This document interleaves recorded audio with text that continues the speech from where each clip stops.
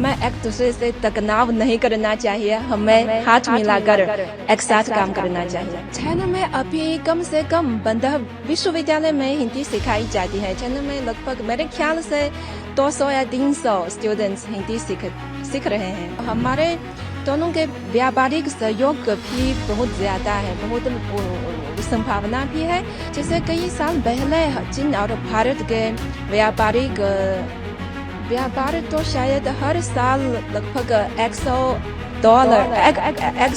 अरब dollar रहा है। नमस्ते, मेरा हिंदी नाम अंजलि है और चाइनीज नाम जांग xiao। मैं चाइना मीडिया ग्रुप हिंदी सेवा से हूँ। जिस तरीके से हिंदी सेवा की आपने बात करी अभी, हिंदी कितनी पॉपुलर हो रही है चाइना में, उसके बारे में थोड़ा अगर बताएं। हाँ, चाइना में अभी कम से कम 15 विश्वविद्यालय में हिंदी सिखाई जाती है। चाइना में लगभग मेरे ख्याल से 200 या 300 स्टूडेंट्स हिंदी सीख रहे हैं। अभी प्रेसिडेंट शी और प्राइम मिनिस्टर मोदी, प्रधानमंत्री मोदी की मुलाकात हुई।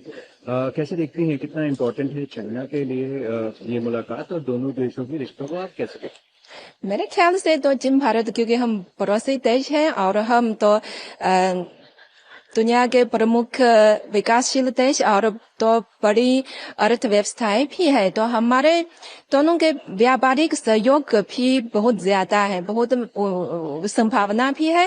तो जैसे कई साल पहले चीन और भारत के व्यापार तो शायद हर साल लगभग $100 अरब डॉलर रहा है। तो इसलिए शायद बहुत संभावना होगा। इसलिए हमें एक दूसरे से तनाव नहीं करना चाहिए, हमें हाथ मिलाकर एक साथ काम करना चाहिए। आगे के रिश्ते आप कैसे देखते हैं कि क्या ऐसे पहलू हैं या सेक्टर्स हैं जिसपे दोनों देश कोलैबोरेट कर सकते हैं? मेरे ख्याल से तो चीन की हाई टेक्निक शायद पूरी दुनिया में ध्यान देते हैं। शायद बाद में इसके बारे में भी ज्यादा सहयोग कर सकते हैं। आखिरी प्रश्न मेरा होगा, SCO हो रहा है चाइना के लिए, कितना महत्वपूर्ण है और क्या चाइना इससे एम करने की कोशिश करेगा? क्या रहेगा उसके मेन? क्या बोलना है हिंदी में? हाँ, SCO तो चीन और भारत के संबंधों को आदान प्रदान के लिए मजबूत करने के लिए एक बहुत अच्छा मंच प्रदान करता है।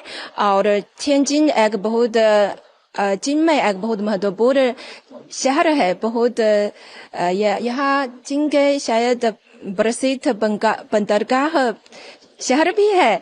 तो शायद यहाँ भारत से पता, मुझे अभी नहीं पता कि यहाँ शिप है या नहीं। अगर है तो शायद बाद में यातायात की समस्या भी नहीं होगा।